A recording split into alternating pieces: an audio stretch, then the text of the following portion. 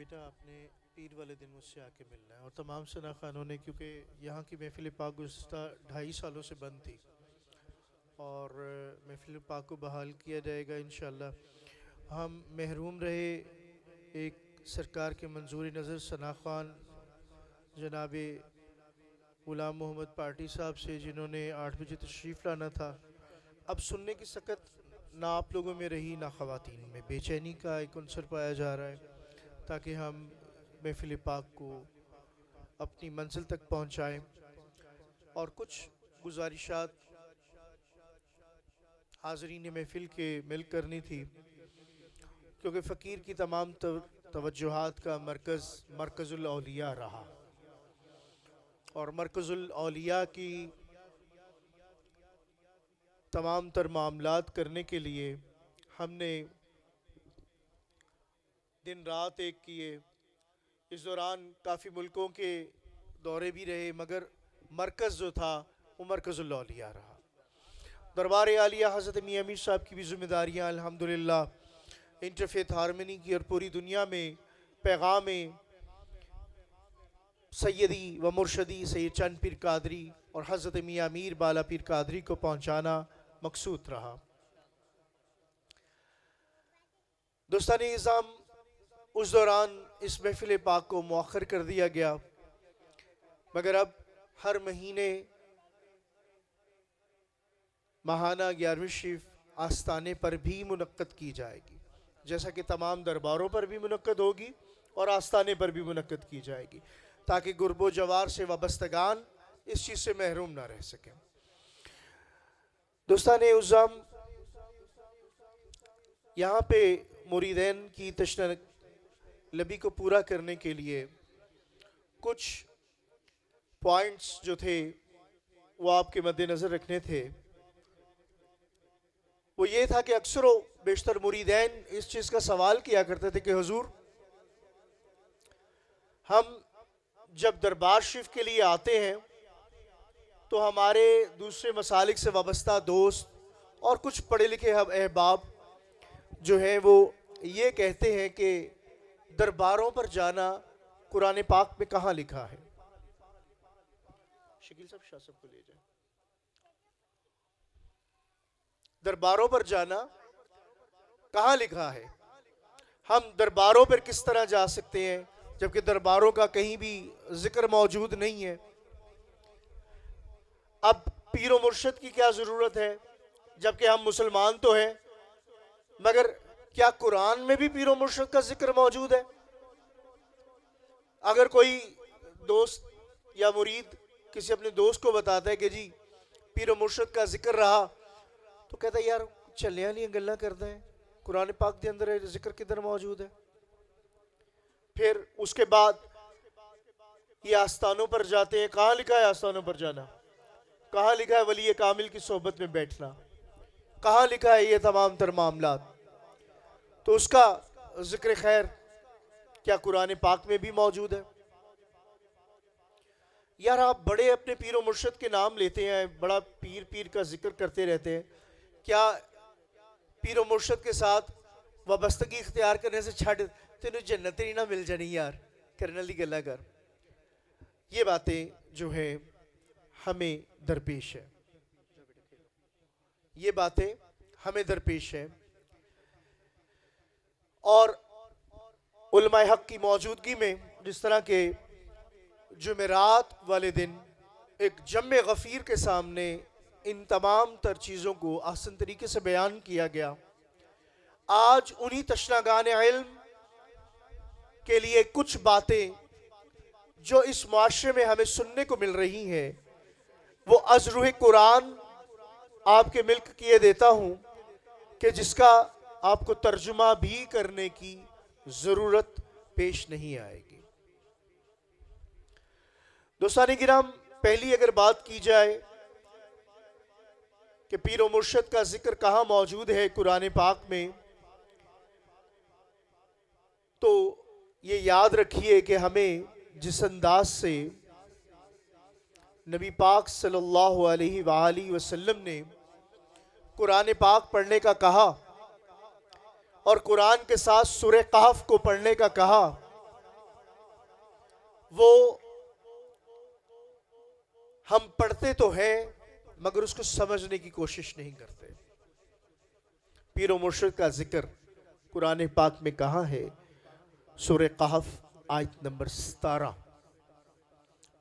اس کے آخری الفاظ ہے فَلَن تَجِدُ لَهُ وَلِيًّا مُرْشِدًا. اب اس کا ترجمہ بھی آپ کو کرنے کی ضرورت نہیں ہے. وَلِيًّا مُرْشِدًا یعنی کہ اگر پوری آیت مبارکہ اگر پڑھی جائے تو اس میں یہ دکھایا جاتا ہے، بتایا جاتا ہے کہ آپ دیکھتے ہیں کہ جب سورج طلوع ہوتا ہے تو ان کے غار سے داہنی جانب کو ہٹ جاتا ہے، اور جب غروب ہونے لگتا ہے تو بائیں جانب کترا جاتا ہے، اور اس غار کے کشادہ میدان میں لیٹے ہیں. اللہ کی نشانیوں میں سے ایک نشانی ہے، جسے اللہ ہدایت فرما دے سو وہی ہدایت یافتہ ہے، اور جسے وہ گمراہ ٹھہرا دے تو آپ اس کے لیے کوئی ولی اور مرشد یعنی راہ دکھانے والا مددگار نہ پائیں گے. اب قرآن اس چیز کے بارے میں ارشاد فرما رہا ہے. قرآن پاک اس چیز کے بارے میں ارشاد فرما رہا ہے کہ اللہ جسے راہ راست پر رکھے اس کا پیر بھی ہے، اس کا مرشد بھی ہے، اس کا ہادی بھی ہے، اس کا رہنما بھی موجود ہے، اور جس کو وہ گمراہ کر دے ناممکن ہے کہ آپ اس کا کوئی پیر و مرشد پا سکیں. سو یہ قرآن بیان کر رہا ہے، یہ قرآن ہمیں درس دے رہا ہے. اور یہیں پر اسی آیت مبارکہ میں ایک ذکر ہے جو ابھی میں نے پڑھا بھی ہے. اب دوبارہ اس کی طرف آپ کی توجہ مرکوز کرواتا ہوں. میں حضرت غوث اعظم سرکار کا ایک بیٹا ہوں، ان کے بیٹوں میں سے ایک ادنا بیٹا ہوں. میرے غوث اعظم سرکار جب تفسیر فرمایا کرتے تھے تو ایک آیت مبارکہ کے 11 ظاہراً، 11 باطناً اور 11 مخفی جو تھے وہ اصول پیش کر دیا کرتے تھے. سو دوستان گرام، ان چیزوں کو مد نظر رکھیں، ملحوظ خاطر رکھیے. اب اگر یہ چیزیں دیکھیں تو آپ کو جب کہا جاتا ہے بیٹھ جائے بھائی، سب ملیں گے آپ سے، بیٹھ جائے بیٹھ جائے. جب کہا جاتا ہے، جب یہ ترجمہ آپ کو بتایا جا رہا تھا تو اس میں اللہ نے ایک اور نشانی آپ کے لیے نازل کی. آپ کو لوگ کہتے ہیں پیر و مرشد کے پاس جا رہے ہو، اللہ کا قرب اختیار کرنے کی کوشش کر رہے ہو، اور نظام قدرت نہیں بدلدا،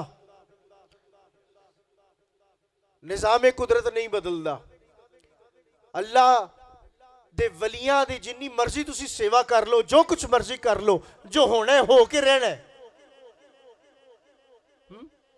نہیں، ایسی بات نہیں ہے. جب رب چاہتا ہے تو اپنے بندوں کے لیے نظام بدل دیتا ہے، وہ اپنے نظام قدرت کو بدل دیتا ہے. وہ کیسے؟ اور آپ دیکھتے ہیں جب اصحاب کہف نے پناہ لی غار کے اندر، وہ غار کے کشادہ میدان میں تھے، وہ کسی انڈر کور غار میں نہیں تھے، وہ غار کے کشادہ میدان میں تھے. سورہ کہف آیت نمبر 17 آپ دیکھتے ہیں کہ جب سورج طلوع ہوتا ہے تو ان کے غار سے داہنی جانب ہٹ جاتا ہے. یہ نہیں کہ وہ سورج کی گزرگاہ میں نہیں ہے، وہ سورج کی گزرگاہ میں ہے. آپ دیکھیں گے کہ جب سورج طلوع ہوتا ہے تو ان کے غار سے داہنی جانب ہٹ جاتا ہے، اور جب غروب ہونے لگتا ہے تو ان سے باہنی جانب کترا جاتا ہے. یہ اللہ کا فضل ہے، جس پر اللہ فضل کرے.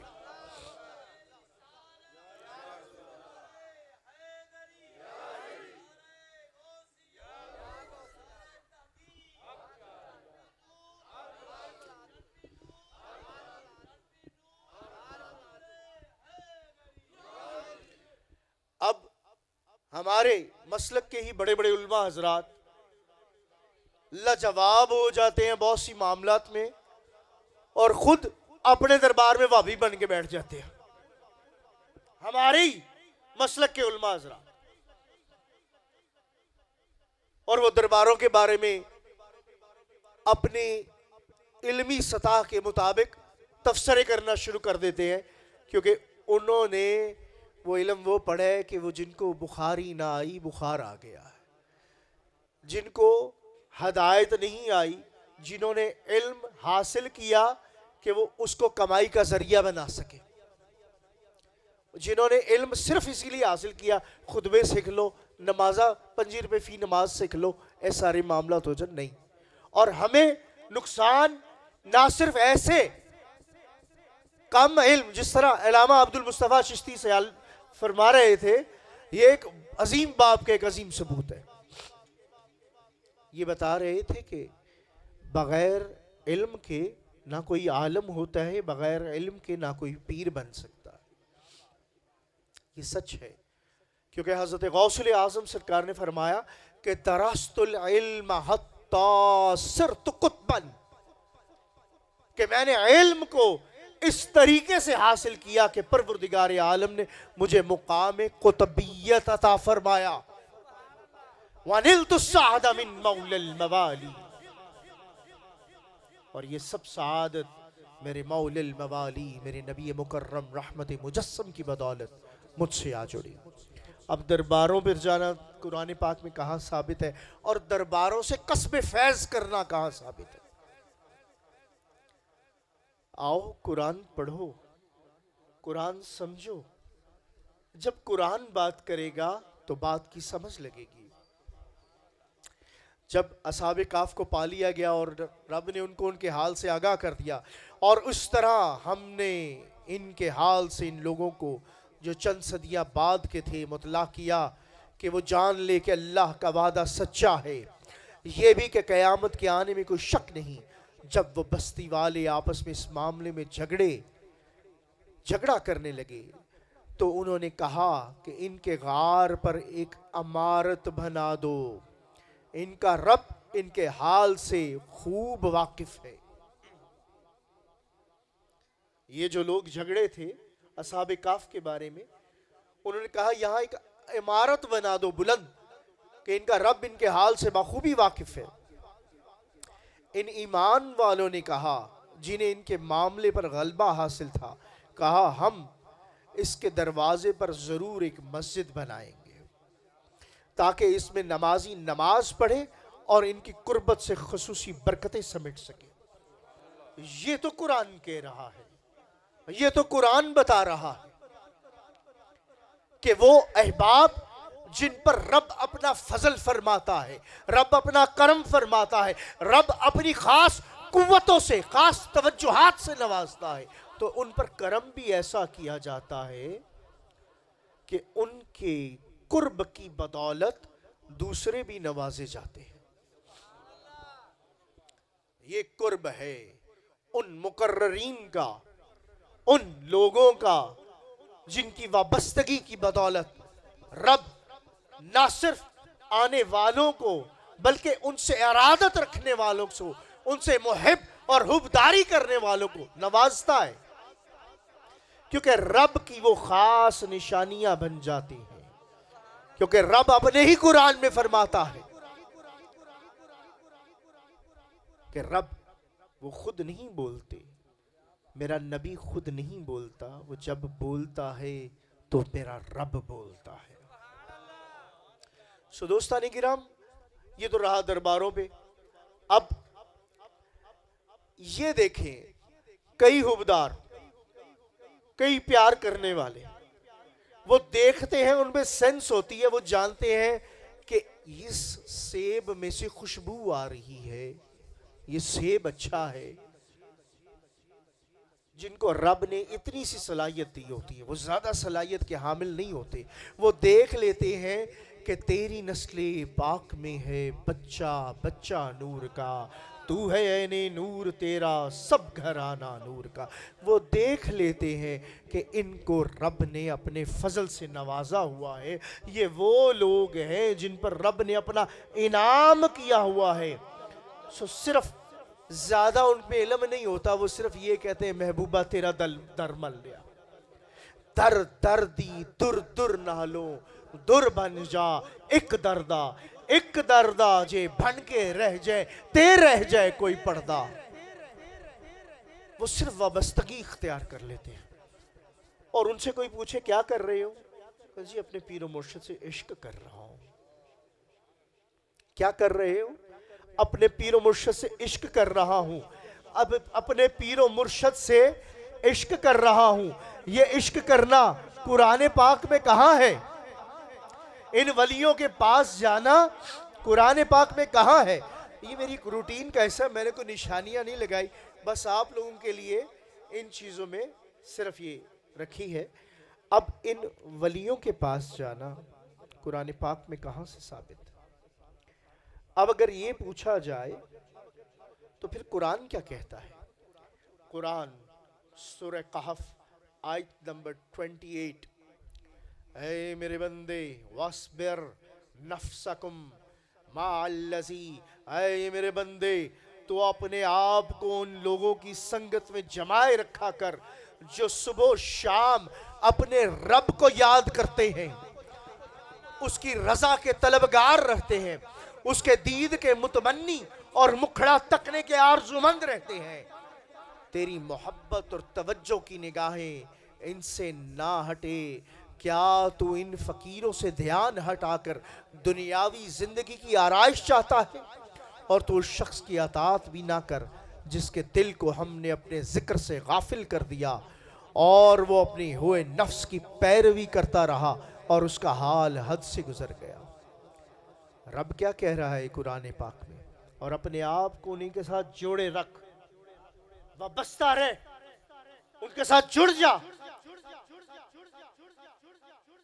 کہ تیری محبت کی نگاہیں ان فقیروں سے نہ ہٹنے پائے. یہ تو رب کہہ رہا ہے.